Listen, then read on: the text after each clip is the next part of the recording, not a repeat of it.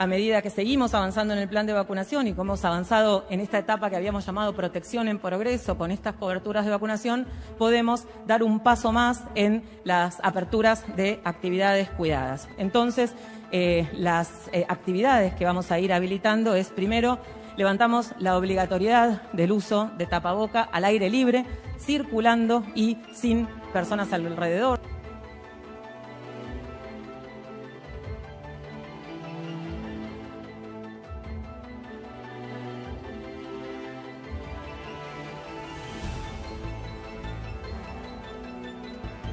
El anuncio de, medidas económicas que por de pronto serán de corto plazo, ¿no? En este principal es el aumento al salario mínimo. Claro, bueno, esto ya está convocado para mañana. Se adelantó la fecha justamente de convocatoria del 30 al 21 de septiembre para actualizar el salario mínimo vital y móvil, que hoy está en 29.160 pesos.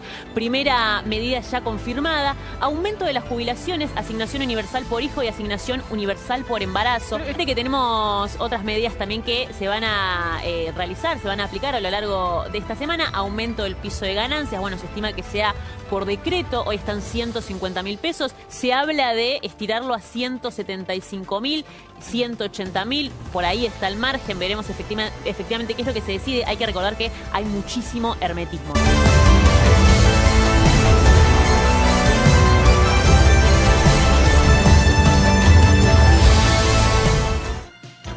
Bueno, ahí veíamos el informe con los temas principales, ¿no? Lo que vino aconteciendo y que finalmente muchas de estas cuestiones ya se estuvieron hablando y son medidas explícitas ya que se han llevado adelante, ¿no? Licenciado José Alferi aquí con nosotros, le damos la bienvenida. Francisco D'Andrea también, periodista, acompañándonos en esta noche, y el doctor Mario Seidenberg, que ustedes ya lo conocen, es pediatra, epidemiólogo, también para ayudarnos a dilucidar acerca de todo esto. Bienvenidos a los tres, gracias por compartir esta jornada con nosotros y sobre todo por echar un poco de luz, ¿no?, a esto que hemos estado viviendo en los últimos días. Doctor, quiero arrancar con usted porque hubo algunos anuncios que por ahí a mucha gente lo llenó de satisfacción, pero que prontamente se fueron de alguna manera desintegrando, ¿no? Tiene que ver con esto de barbijo sí, barbijo no, la cepa delta, cuáles son los riesgos. Ahora también se va a poder ingresar sin tener que hacer la cuarentena si uno cumple con determinados requisitos. Eso se había anunciado también en estas horas, se formalizó a través del boletín oficial. Así que bueno, queremos saber un poquito de todo lo que va pasando. Salta también está con un panorama más auspicioso. De hecho, ya hay toda una reglamentación en torno a los boliches, digamos, es como que la actividad se va normalizando, pero por otro lado escuchamos que los especialistas hablan de que todavía hay que tener cuidado y que hay que ser precavidos, ¿no?, con el tema de la delta fundamentalmente. ¿Es así? Sí, así es, Mabel.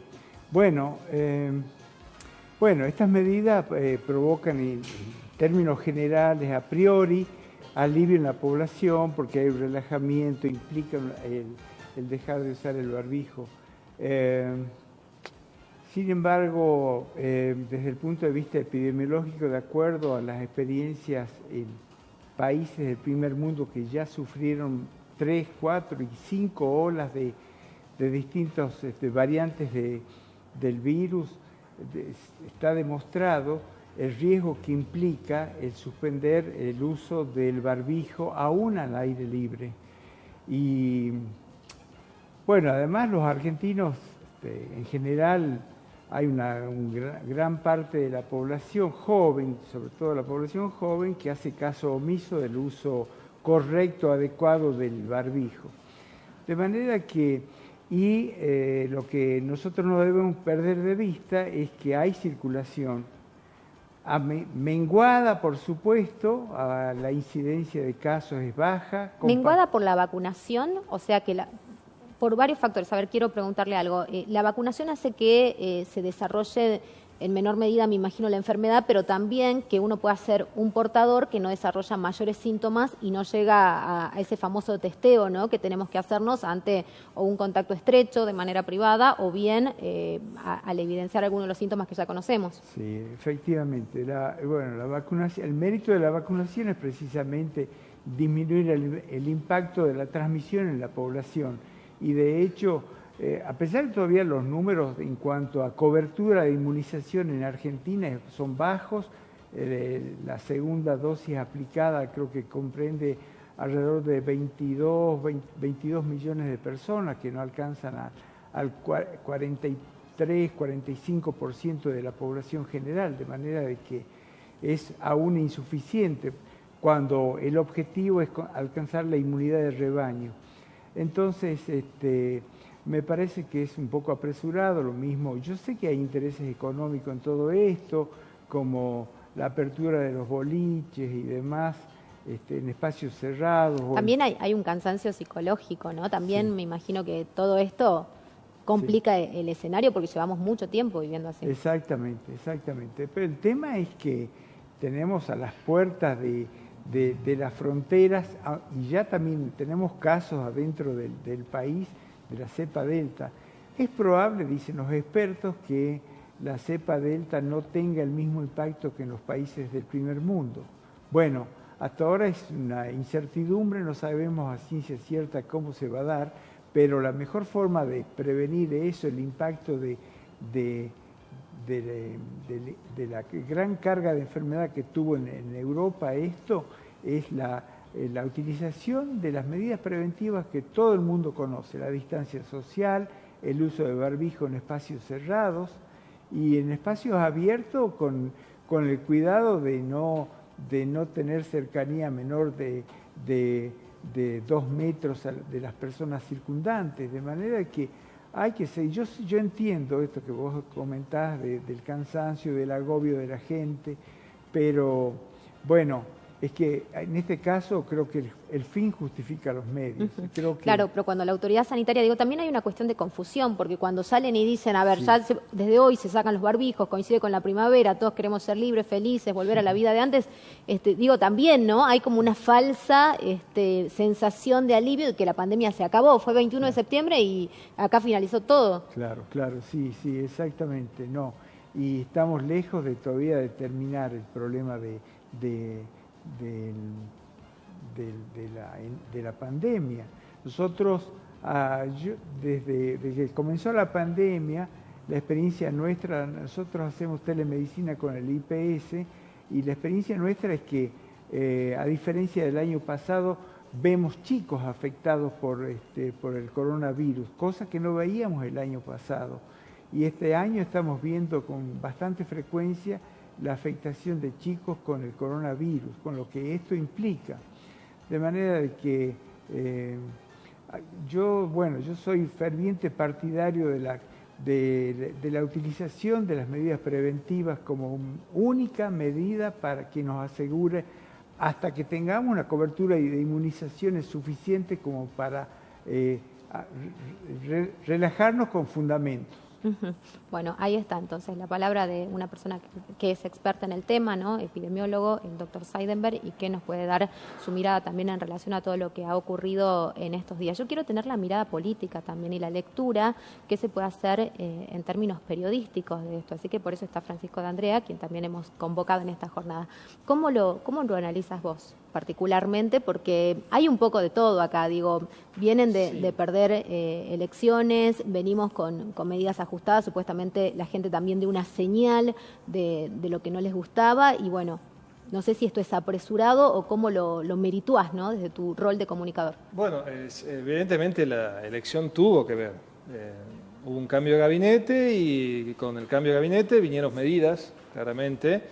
En este caso, las medidas, estas polémicas, yo creo que de lo que es la cuestión sanitaria, cómo se anunciaron sobre todo, de un día para el otro, si es como vos decías, parecía que se había terminado un poco la pandemia, pero bueno, lo anunció Bisotti con Mansur al lado, 2 médicos, entonces uno sospecha que, qué sé yo, que algún rigor científico tiene por detrás. Después tenés la visión del doctor Seidenberg que te dice, ojo, no es tan así como parece. Entonces, bueno, hay un componente político sin duda y hay un componente que apunta a uno de los argumentos que tuvo la oposición, Juntos por el Cambio, que es esta cuestión de nos encierran, pararon la economía, nos tienen con el barbijo, que inclusive lo dejó también como una especie de esquizofrenia a la gente Juntos por el Cambio, porque de golpe mutaron los argumentos, ¿no? De golpe los libertarios, por decir de alguna manera, eran los del gobierno y quizás pedían más restricciones al Juntos por el Cambio. Bueno, son juegos políticos.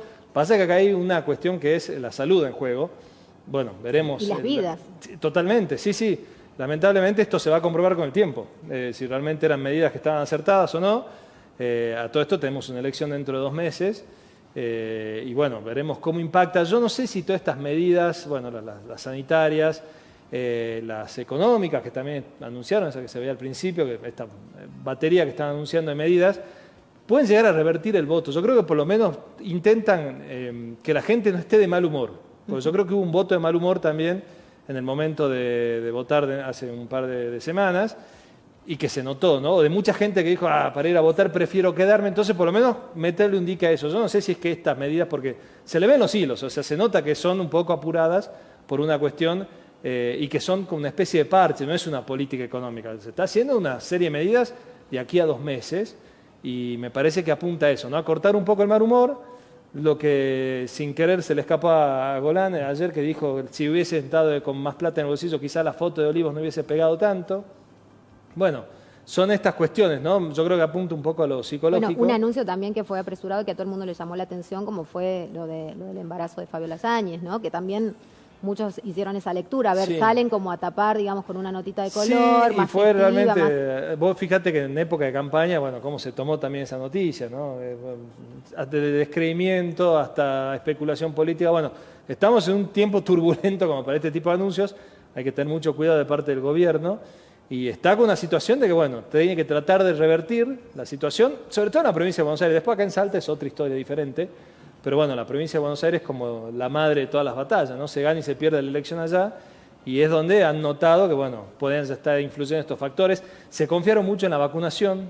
Yo me acuerdo de haber hablado con periodistas de Buenos Aires que todo el tiempo te remarcaban, pero la vacunación, ¿cómo está allá? Porque acá la vacunación, como si la vacunación fuese la llave del éxito. Evidentemente no lo fue electoralmente hablando, ¿no? No, sanitariamente sí fue un éxito, pero digo, electoralmente hablando no lo fue.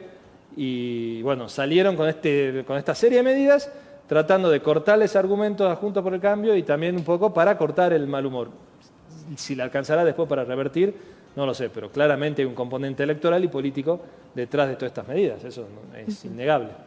Bueno, José, en tu caso, a ver, nos atañe el tema más bien económico, más allá de que vos podés hacer la lectura política también, pero ¿no hay como una sensación de que se está gobernando para un único sector, digamos? Porque obviamente hay gente que lo necesita más, que necesita otra inyección económica para poder salir a flote, pero digo, el salario mínimo es un salario de indigencia prácticamente, así que tampoco es que es la panacea para nadie, ¿no?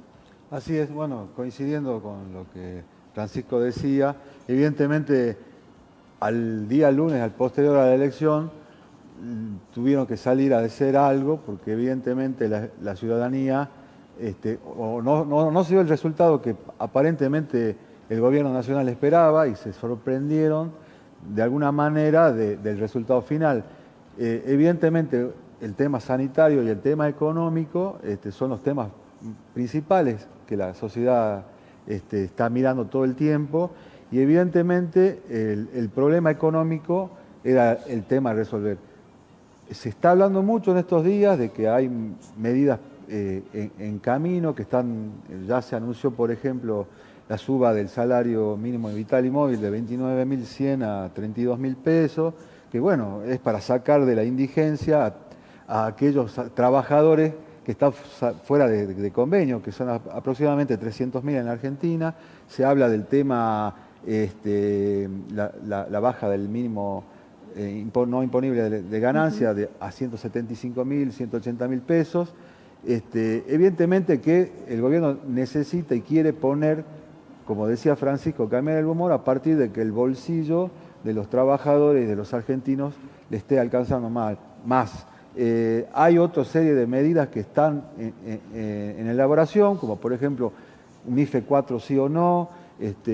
Parece que estaría seguro ya lo que piden las organizaciones sociales, créditos no bancarizados para pymes recuperadas, organizaciones sociales, etcétera, para poder trabajar en sus pequeños emprendimientos, ya que no pueden acceder al sistema bancarizado, primero por el nivel de tasas y porque no tienen por ahí las capacidades de repago, ¿no? Este tipo de tasas serían subsidiadas por el gobierno. El problema central de la economía argentina tiene para mí dos componentes. Uno principal, que es el político. Acá hay un problema político que se viene transitando de hace bastante tiempo, la grieta de los argentinos entre Juntos por el Cambio, Frente de Todos. A eso se le sumó lo que pasó con la carta de Cristina posterior a las elecciones, que Sí. trajo mucho más ruido interno de lo que ya había.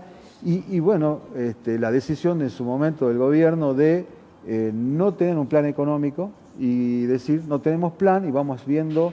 Pero bueno, esto es un problema serio ya a esta altura, porque tenés en el camino un posible acuerdo con el Fondo Monetario, que seguramente será para el primer trimestre del año que viene, pero que sí o sí vas a terminar sentándote y definiendo qué vas a hacer. Cuando te sentés con el Fondo Monetario, vas a tener que presentar un plan. O sea, el Fondo Monetario, obsesionados por algunos temas que tienen que ver con reducción del déficit fiscal, controlar el tema inflacionario y, sin duda, yo creo que algunas reformas estructurales de fondo le van a pedir a la Argentina, llámese reforma tributaria, reforma laboral, mínimo, me parece que por ahí va la cuestión, y que va a hacer que el gobierno deba emitir un plan y que le dé certeza a los futuros inversores. Mientras no vengan los inversores, los argentinos saquen la plata del colchón, como se la quiera decir. Los que tienen, los que pocos que deben tener plata no, del pero colchón. hay, Ah, mira, qué bueno. Hay cerca de la mitad de un PBI que no está siendo invertido en la Argentina porque, bueno, no están buenas las perspectivas, el ruido político es mucho y eso aleja a los inversores, ¿no? O sea, de todos modos, el tema del déficit fiscal, el tipo de cambio, la brecha cambiaria es un tema ¿Por qué muy... nadie atiende la inflación? Digo, porque este sería otro país si no tuviéramos los Y bueno, niveles de inflación que tenemos de manera permanente, que ningún gobierno, ni Juntos por el Cambio, ni el Frente de Todos, ni el kirchnerismo en su momento, pudieron erradicar, ¿no? Vos fíjate que, bueno, este año vamos a cerrar, como yo te dije allá a principios de año, Sí, cerca del 50%. Siempre me decís que no te gusta hablar de cosas negativas. El 50% y efectivamente va a ser por ahí. El problema inflacionario tiene una raíz monetaria, sin duda alguna. Si vos tomás al dólar como un bien más de la economía y vos tenés que los argentinos lo demandamos en demasía, pero hay muchos pesos en el camino, el precio del dólar sube porque hay muchos pesos. Y a la admisión monetaria que el gobierno le está metiendo para poder hacer frente, por ejemplo, a esta cuestión que está por poner en camino, que es estas medidas económicas, que son más o menos medio punto del PBI, estamos hablando de 200.000 millones, 220.000 millones de pesos que van a tirar. No hay financiamiento para ese dinero. Cuando hablamos de déficit, estamos hablando de que el Estado gastó más de lo que recaudó. Esa diferencia negativa o la financias con deuda o con emisión, no hay mucho, o con un mix de ambas. En este caso, no tenemos crédito porque no tenemos acuerdo con el fondo, el mercado internacional está cerrado para la Argentina y por lo tanto necesitas emitir, no tenés mucho más. Bueno, a través de los préstamos que te hace el Banco Central al Tesoro de la Nación. El Banco Central también está, ¿eso qué genera? Una presión sobre las reservas argentinas, que están alrededor de los 45.000 millones, pero cuando empezás a hablar de netear las reservas, de cuánto realmente dispone el Central como poder de fuego, y empezás a descontarle distintos ítems y llegás que, según los que conocen bien el balance del Central, en 5 o 6 mil millones de dólares. Ese es el poder de fuego que tiene el Central para contener el valor del dólar. Si vos tenés en cuenta que en septiembre el Central ha intervenido alrededor de 20, 25 millones de dólares por día, estamos hablando casi 700 millones de dólares que el Central perdió este mes, más los 1.900 millones de que se pagaron al Fondo Monetario el 22 de septiembre, entras en un terreno complicado. Y siempre tiene que ver las expectativas. En la economía se habla de las expectativas. ¿Qué crees vos que va a pasar? Si todos decimos que va a ir mal, va mal, porque hay una situación social que no ayuda. Pero bueno, para eso por eso decía que es un problema político, para mí, que el gobierno tiene que decir para dónde vamos. Si tiene que hacer ¿Hay acuerdos... un plan o no? Porque muchos dicen que no hay un plan. No hay plan porque Alberto Fernández, el presidente, dijo que no le gusta el plan, no le gustan los planes. O sea, no tenemos un rumbo fijo. ¿Y eso qué quiere decir? No tiene una hoja de ruta donde el inversor pueda decir, bueno, me gusta, para dónde va, cuál es la expectativa de inflación de la Argentina, cómo va a crecer, ¿Qué va a hacer con la política tributaria, la política fiscal, la política monetaria? Eso lo tenés que planificar, Claro. pero por eso te decía, como te decía hace rato, cuando te sentés con el fondo finalmente a acordar, vas a tener que esbozar el plan, y el plan, nos guste o no, te lo tiene que aprobar o no el Fondo Monetario. Mientras no tengamos acuerdo con el fondo, no tenemos crédito externo. Y la Argentina lo que más necesita es dólares. Al poder acceder al mercado internacional, se te abren distintas puertas para que vos puedas reforzar las reservas del central y traer tranquilidad sobre esas reservas para que no se trasladen a las corridas cambiarias que ya hemos vivido en la Argentina, y que siempre, en definitiva, todo este tipo de crisis terminan y los argentinos somos cada vez un poco más pobres. Sí. Si vos medís el PBI, el Producto Bruto Argentino, que es la suma de las riquezas que genera la Argentina en bienes y servicios en un año, estamos a niveles del año 2011. O sea, de la famosa década perdida que estamos hablando, se habla en la economía, es decir, que tenés el mismo nivel de riqueza de hace 10 años con más habitantes. ¿Qué quiere decir? Que el PBI por cápita, digamos, por cada uno de los argentinos es menor. Entonces, es indudable que se debe generar confianza a partir de un plan, acuerdo, y sin duda alguna sería lo ideal que de ese acuerdo participe también la oposición. Uh-huh. Bueno, interesante poder tener también esta perspectiva. Francisco, ¿crees que esto pueda cambiar mínimamente la lectura a nivel nacional? Vos decías que Salta marca un escenario diferente, acá hubo una polarización absolutamente marcada, digamos, estamos delineando quién va a ser el tercer diputado, ¿no? Sí. Pero acá se polarizó y y ganó el Frente de Todos, a diferencia de lo que pasó a nivel... Por poquito, digamos. Por poco, pero bueno, arranca adelante y con el candidato principal con votos propios, si se quiere, fue más votado.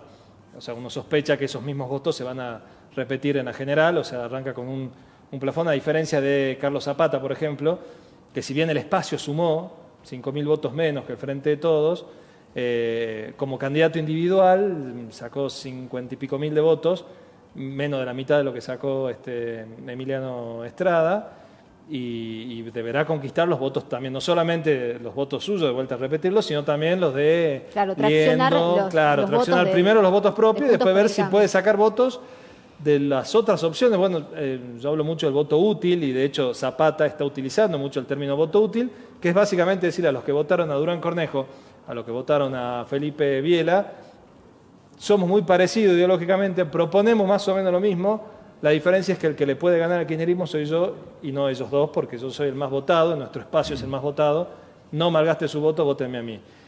Por el contrario, el Frente de Todos ya no tuvo una dispersión de votos acá en Salta tan grande, fueron los votos peronistas, del centro izquierda si se quiere, fueron a parar para el Frente de Todos, no hay partidos que hayan tomado, más allá de Felicidad que sacó una porción, pero ¿qué es lo que tiene de ventaja el Frente de Todos?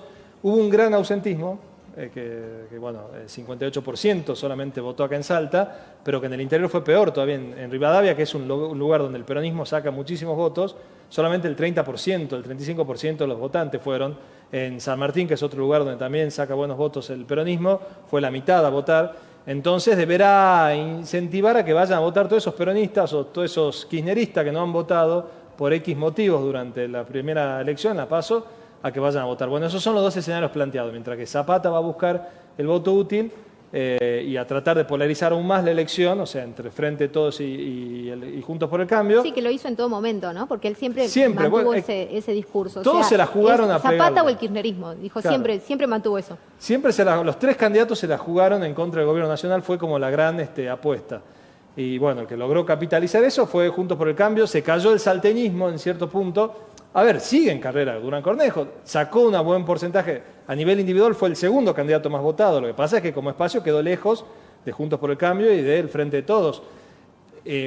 Ya ha tenido alguna levantada contra Valenzuela alguna vez, le fue muy mal en las PASO y después la levantó en la general, digo, no está perdida la elección para Durán Cornejo. A la cabeza, o sea... Esa es la diferencia, hay que ver qué hace Gustavo Sáenz, si se lo pone de mochila a Durán Cornejo y sale a militarlo con él, o si directamente se desentiende y bueno, que haga cada uno lo que pueda, y ahí yo creo que le va a costar a Durán Cornejo levantar esta diferencia.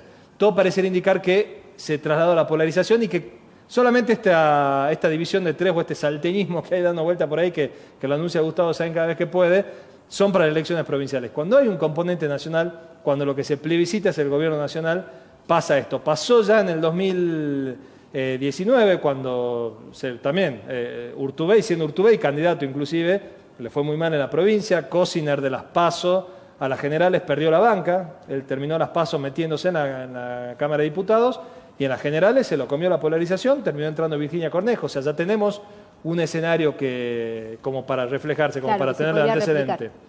Y es muy probable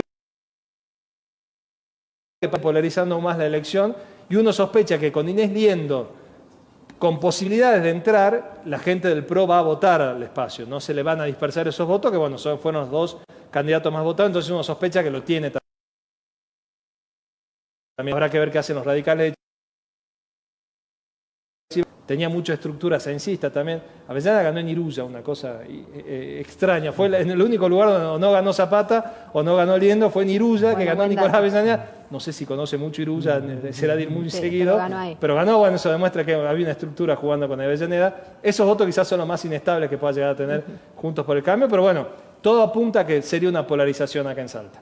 Bueno, ahí está, interesante poder escucharlos. Un consejo, doctor, a ver, para la gente que nos está mirando, para que nadie baje la guardia y todo sigue, por más que estemos más vacunados y porque las condiciones un poco hayan mejorado, por lo menos. Exacto. Sí, bueno. Continuar respetando las medidas preventivas que todo el mundo conoce, particularmente la distancia social y el uso adecuado del barbijo. Estas son medidas imprescindibles que la experiencia recientísima de Europa y Estados Unidos ha demostrado la utilidad en poblaciones cerradas, la utilidad de que no estaban adecuadamente inmunizadas, el mantenimiento de las medidas preventivas o países asiáticos como Japón y algunas áreas de China que pudieron mantener bajísimas tasas de incidencia en poblaciones no completamente vacunadas, pero que sí respetaban el uso del barbijo y la distancia social. Bueno, eso es, no tiene demasiados secretos esto. Bueno, ya lo tendríamos que haber aprendido con tanto tiempo, ¿no? Muchísimas gracias a los tres, gracias por acompañarnos. Nosotros nos vamos a la pausa, quédate ahí, ya volvemos.